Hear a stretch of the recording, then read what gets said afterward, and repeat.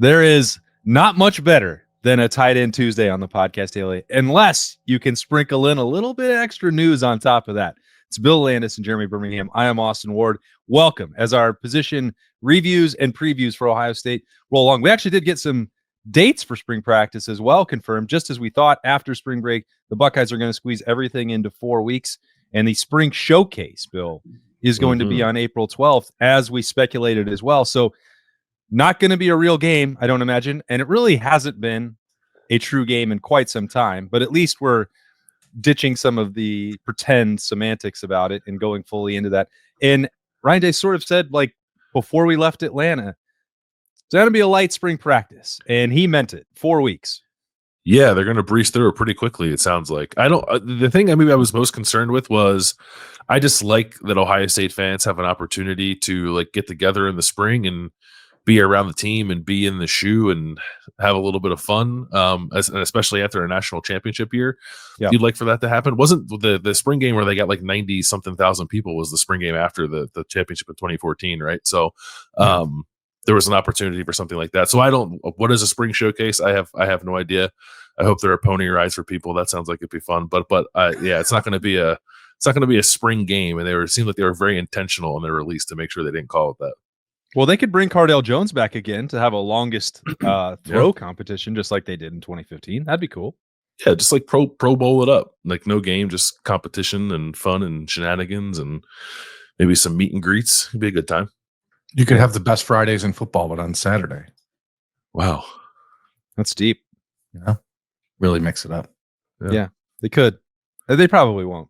But it is a NIL marketplace. I think that's to your point, Bill. This is an opportunity to sign a bunch of autographs, get the fans engaged, and then celebrate the national championship. I would bet a decent amount of money that Ohio State will come up with a way to do that. We'll see. That's 2 months away, and we're wait. Is there a chance we could have Jeremiah Smith in a dunk tank? You know? Well, you said it. How much money you want to spend? How much money would you guys spend to throw balls at Jeremiah Smith in a dunk tank? Like a lot or none? Wouldn't you rather throw balls to Jeremiah Smith that he can catch? Why are you trying to dunk him? I don't know, just for fun. I guess it would be fun to have let fans throw a touchdown to Jeremiah Smith, right? Like we're just brainstorming right now. We're Ohio State. You're just describing what the Monstars did to Michael Jordan, or what they threatened to do to Michael Jordan if they would have won that game. I never saw that movie, just so we're clear. You never saw Space Jam? No, nor did I see the second one with LeBron James. Wow. We're off to a flying start. We were going to talk about tight ends on the show, and I guess there's no easy segue from Berm not seeing Space Jam into Keenan Bailey getting a co-offensive coordinator title. But that was the word on the virtual streets from Pete Thamel reporting that on Monday. I don't know that in this off season of new titles and new salaries and raises that I'm surprised by that.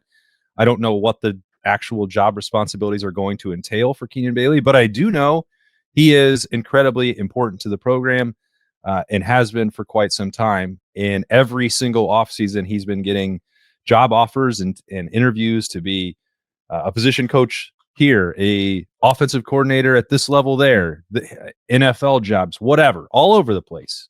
So new titles and new money, I think, is not unexpected for Keenan Bailey, and probably pretty well deserved, especially given the way the tight ends played a year ago, Bill. Just to make sure, did you guys get coordinator titles? They're just kind of getting tossed around. I don't know if you guys got one or not. I haven't got mine yet. Okay. Well, we're all three co-hosts. It's only Wednesday. And we have been for a long time. So that is true, and it is only Wednesday. It's a good point. No, I think I'm assuming that it is mostly a means to get Keenan Bailey some more money as people seem to keep coming after him off season after off season. But there's no question that Ryan Day views him as incredibly important to the operation, and I think that's really been the case probably prior to Ryan Day being the head coach, frankly. And even early on in Ryan Day's head coaching tenure, Keenan Bailey was, I don't know, Ryan Day's shadow a little bit. He did a lot, and I don't mean that pejoratively. He just did a lot of important work behind the scenes. I think helping Ryan Day be organized, both as a head coach and as the offensive coordinator at the time, and all of that I think has carried over to him coaching his position. I think we have enough evidence to say he does that pretty well. Clearly, he recruits well. I think he's pretty sharp, and if I guess there's only so much you might pay a guy who's a tight ends coach if teams are coming to come try to hire him to be a coordinator of sorts at other places. But Ohio State wants to be aggressive in keeping him and has been, frankly, for a couple of years. So I don't know that I was anticipating a new title for him necessarily, but I figured he'd be in line for a raise because this tends to happen most off seasons that someone comes knocking on his door and then Ohio State has to find a way to keep him. Especially as Oregon just lost their wide receivers coach and Keenan Bailey has some history coaching and recruiting the wide receivers with Ohio State, but he's 29 years old. He had never been a tight end coach before a year ago. And although the statistics of this past season's group may not stand out because you didn't have like a dynamic pass catcher like you would have had with Cade Stover or Jeremy Ruckert or people like that, the results and the impact of those guys, G. Scott and Will Kazmarek, even down the line to Bennett Christian, and then Jelani Thurman, as he started to emerge a little bit towards the end of the year, you saw a group that was much more complete, I think, than we had seen out of the Ohio State tight ends in the previous years. And Keenan Bailey is a little bit of a football nerd, and I think that that style and that is very like energetic and passionate about learning and teaching. I think that rubbed off on the guys because you can see a group that was more than happy to just do the dirty work this year for Ohio State, and even guys like G, who maybe in the past had pushed back on that sort of role, but it was an excellent job by Keenan Bailey this past season. And I also just realized that I said it's only Wednesday, and we're recording this on Monday, which means tomorrow's actually Tuesday. That is why I called it a tight end Tuesday to start the show. So it'll eventually be Wednesday. Yeah, I know what day it is now. Okay, I thought it through, but yeah, as far as Keenan Bailey goes, it's a natural progression. He's 29, like I said. Between him and Billy Fessler now, you have two kids under 30 on the staff. I mean, they are. You guys are 10 years older than them, or Austin is, but Bill's still a young pup. But I'm 16 years older than I got a whole driver's license on these people. It's crazy. Yeah, and I think we made this point last week that even with the relative youth of this coaching staff, and that includes, Matt Clare as well, and Billy Fessler, and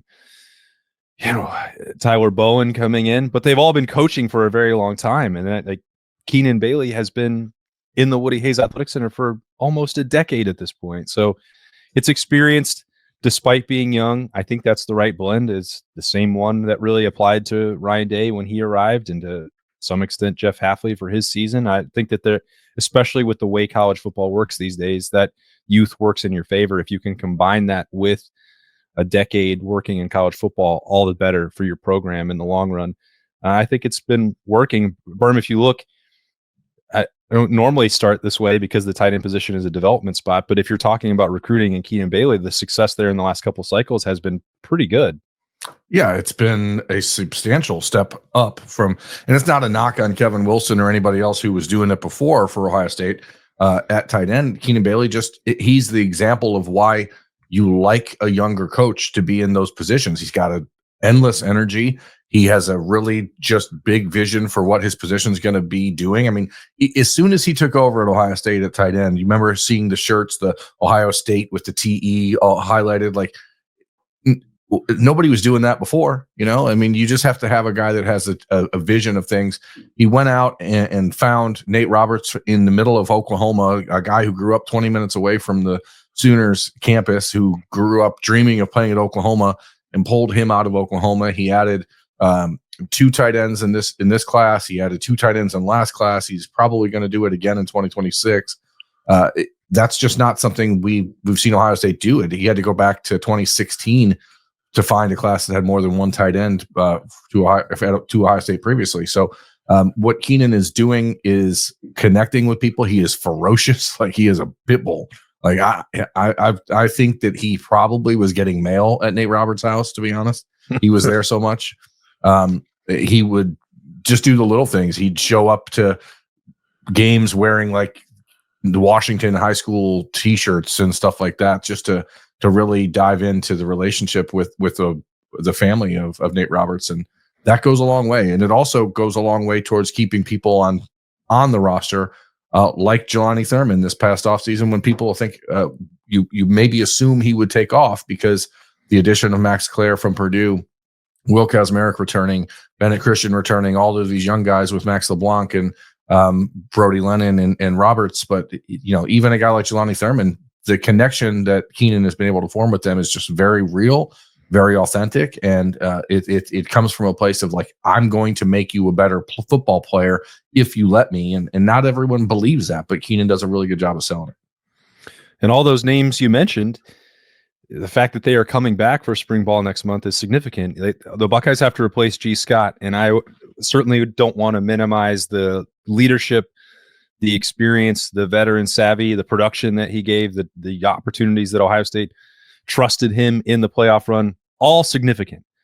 But G. Scott goes out the door, and Ohio State turns around and adds the best possible transfer portal tight end available to them in Max Clair. So at this time a year ago, Bill, we're saying this could be a very strong tight end group, but it's going to have to be, a collective effort. There's not going to be one individual standout. And if they can put it together and everyone take on one role, it's going to be really good. I think maybe the same is true to some extent with this group because they're all going to find a way to help Ohio State. But the ceiling with someone like Claire changes it pretty substantially. Yeah, it's significantly higher, I think.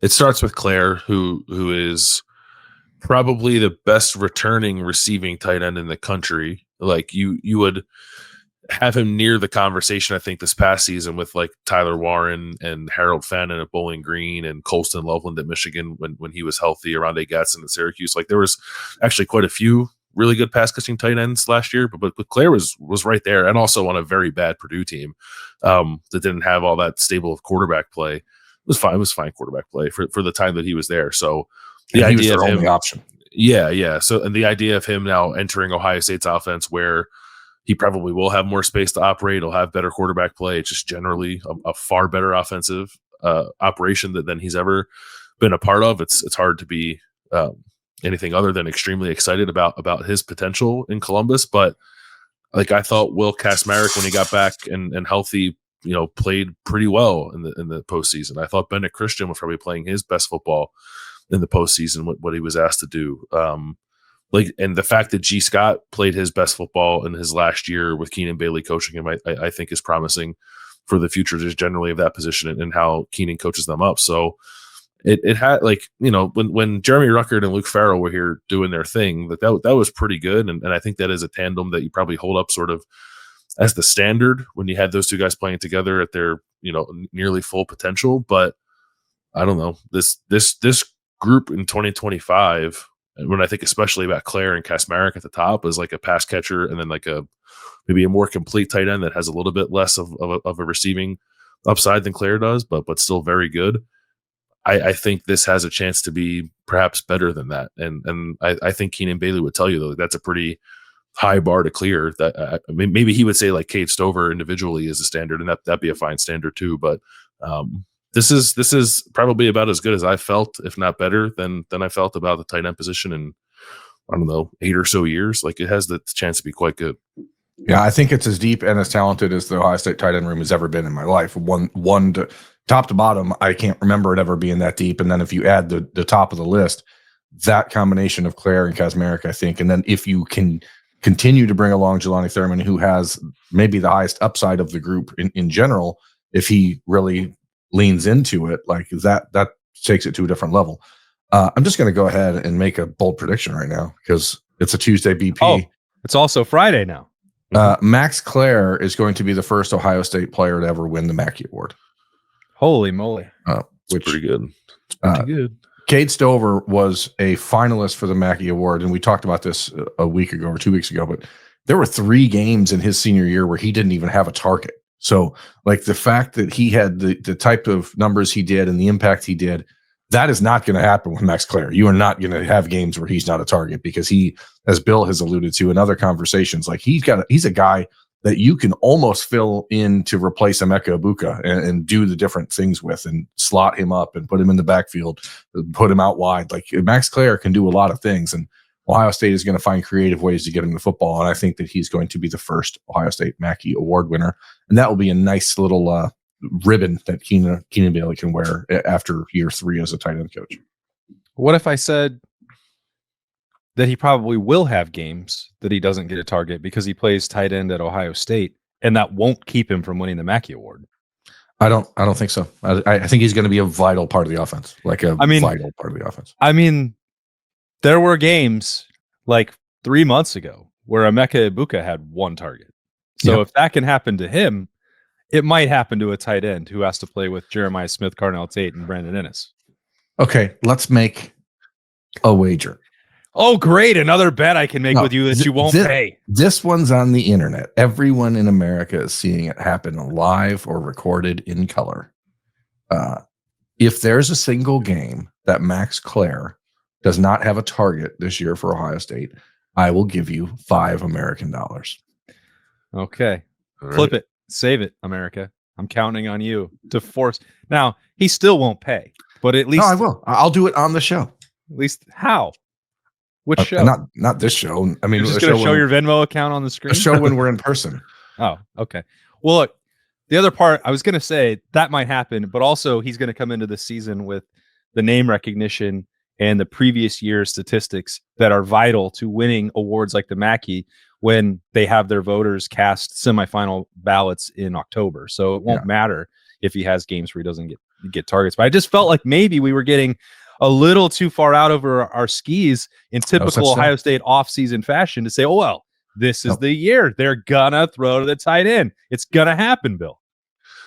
I mean, I think there's a pretty good chance it does. Kate Stover had 51 targets in 2023. Max Clair had 74 last year. Again, he was like the entire passing operation there at Purdue. But, I think, I don't think Brandon Ennis is going to get all of Emeka Egbuka's targets, right? And obviously, Carnell Tate is in line for much more, and Jeremiah Smith will probably get more of a target share this coming season too. But I think they're gonna throw the ball more. So there's going to be targets available, and young quarterback Max Clair, guy in the slot or inline tight end closer to the football. I think it's possible like he ends up being their second leading receiver behind Jeremiah Smith. I don't think I would predict that, but he's not like part of that for me is like I don't think of him as a tight end. I think of him as a slot receiver. If you were thinking of him as just an inline tight end, I totally get where you're coming from, Austin, and we've stepped into that bear trap too many times. But I do think this is a different kind of player. Like Berm said, like alluded to, I think I said on Kings of Columbus last week that he, in my mind, is more of like a big slot receiver than he is just a tight end, which in my mind means he's going to be on the field more and blocking less than a typical Ohio State tight end does, and then I think in turn getting some more targets than we're used to seeing. And he's coming to catch passes. Don't make the mistake of thinking that he's coming in to learn how to be a complete tight end or do the things that Ohio State tight ends are normally required to do before they get on the field. That is why Will Kazmarek returning and Bennett Christian returning is so important for Keenan Bailey, because what you're getting out of Max Clair is not even it's almost folly to call it the same position, I think. I don't think anything you guys have said is off base at all. You just don't want to pay me that $5. That sweet American dollar. Woo. Oh boy, I can't wait. It goes back to Bill mentioning the year with the stretch there with Jeremy Ruckert and Luke Farrell, which I think when I talk about Ohio State, the offense generally, and Ryan Day specifically, and the prevalence of the 12 personnel grouping, that's the like creme de la creme. That is the example that you point to. That is when it's at its best. And I think that Claire has a chance to be, and maybe was a year ago at Purdue, like better than any version of Jeremy Ruckert we saw. I don't know that at the end of Jeremy Ruckert's career was fully living up to his potential, but definitely the Sugar Bowl performance in some of the postseason games, the one-handed catch in the Big Ten championship game, the use of Farrell against Clemson, like those guys were very productive, but still not in a way that it's like, well, it's going to overshadow these other receivers. Like, if you put these two guys on any other team, I would be like, yeah, you're going to get 70, 80 catches out of them, and you would feature them prominently. But even the best version that we've seen, and even if Claire and Kazmarek can be the evolutionary version of that, doesn't mean that it'll change the way Ohio State's offense is effectively run, in my opinion. If I'm wrong, no, I will be the first to admit it. You're right. What you're not right about is that you're still putting him in the Kaczmarek discussion. I don't think he's No. I don't think he's going to have as many catches as Carnell Tate, but I would be willing to put another crisp $5 bill on. Oh, he's getting a little cocky on now. Max Clair having the third most catches on the Ohio State roster next year. My point was not that he is like Will Kaczmarek. Kaczmarek is obviously the Farrell in this situation, and Claire is the Ruckert, and I think he's better than Jeremy Ruckert. His track record would bear that out so far at Purdue. But even if you're taking that person, you are still putting them in the Ohio State offense. And there was nobody else around him at Purdue that could touch the football. He had to do that. None of this is me saying that I don't think Max Clair is an elite target or I can't believe you said that. No part of me has said that even once or even suggested that. But don't think about him. Don't think about him as a tight end. Don't think about him as a tight end. Well, I didn't think of Jeremy Ruckert as a tight end either. That's my point. Well, you should have, because he had 4 years to learn how to play tight end. All right. Well, this was fun. This is not that. This is a guy that. So here's the question, right? As you have Keenan Bailey now getting elevated, you've got the opportunity to have a unique toy like Max Clair at tight end / hybrid slot, whatever we want to call him. What role do you think Keenan Bailey actually has in coordination of this offense moving forward? I think just like a greater voice. I don't know. Yeah, I mean, I guess it's hard to say because we don't really know all the dynamics there yet. Like Tyler Bowen is kind of like coordinating the run game, and Hartline is the main OC and presumed play caller. But I don't know if like Keenan Bailey gets a passing game coordinator slapped onto him or what that's going to look like. I would guess it's just more of like he has it seemed like he had a pretty strong voice to begin with, but even stronger one now is their game planning. But I don't know like if his Saturdays are going to feel much different than they were this past season. I had a conversation a couple weeks ago about just trying to get a general idea of the alignment of the staff and what Ohio State may want to do. This was more related to the hiring of Tyler Bowen to lead the run game coordinating job. And this person was like, well, as long as Ryan Day, Brian Hartline, and Keenan Bailey are around, the passing game is going to be just fine. Now, Billy Fessler was added into this conversation as well, but that's sort of the triumvirate of power when it comes to the aerial attack, and keeping them together and working collectively and cohesively is critical and viewed that way in the Woody Hayes Athletic Center. So I don't think Keenan Bailey's going to like have an outside shot of calling plays here, but the way that Ohio State's bucket approach of play calling throughout the week and preparation has been handled through the last decade or the entirety of Ryan Day's tenure at Ohio State is these guys all working together Monday through Friday so that on Saturday that play caller has a shorter list of options available on the menu. And Keenan Bailey has been critical to that already. And I don't think that this new title changes it that much, although there is a different dynamic overall because Brian Hartline is going to sit at the top of that, we expect, and going to be talking into the headset before the play. So I think Sunday through Friday, I think Keenan Bailey's role has already been critical and remains that way today. I wonder if we'll see Keenan, because Keenan's been upstairs in the box, right? I mean, and Hart has been on the sideline. If Brian is now the play caller, which is what we assume, does that flip? I mean, there's these weird little dynamics that I think sometimes get really overblown about their importance during the offseason. But for a guy like Hartline, who's never been upstairs, I do wonder if that is something that has to happen and how that would change things on the sideline for the wide receivers, et cetera. Because obviously Devin Jordan and Hartline have both continued to be on the field. So we'll see. It's going to be fun. I love these little things. Hopefully we can find out at the spring showcase. I bet we won't. I think they'll all be on the sideline, but maybe they won't. Who knows? Maybe. Okay. What if we were in the dunk tanks? Oh, now you're talking. I'm not sure how much money we would raise. I don't know. I think there's a lot of people that would like to throw stuff at us sometimes. Well, but they don't get to throw it at us. That's the difference. We're protected by the tank. I guess there could be some errant throws. I don't know. But if you want to get into a dunk tank and try and make some money, Berm, we can arrange that without it being at the spring showcase. Yeah, we'll think about it. I might Yeah, it need it just to kind pay of off seems these like you want $5 to get into bets. a dunk tank. Yeah. The man's got dunk tanks on the brain. Maybe Well, we'll just set one up at Roosters later today. I've got these potential $5 bets to pay off. I need to start collecting. One crisp $5 bill at a time. If you want to come throw something at Berm while he's recording the show, we'll be at Roosters on Henderson Road today.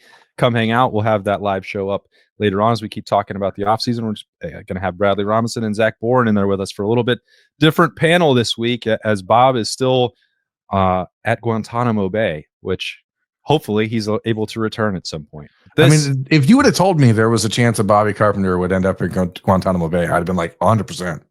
But I didn't. Not under these circumstances. Yeah, I didn't envision he would be there as like a invited guest. He'd have the ability to leave. Yeah.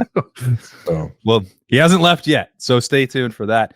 And then stay tuned for the podcast daily, which will be back again on Wednesday for a little something called You'll See. I don't know what it is. We'll figure it out when we get there. But this has been a Tight End Tuesday on the podcast daily. That is Bill Landis and Jeremy Birmingham. I'm Austin Ward. We'll talk to you later.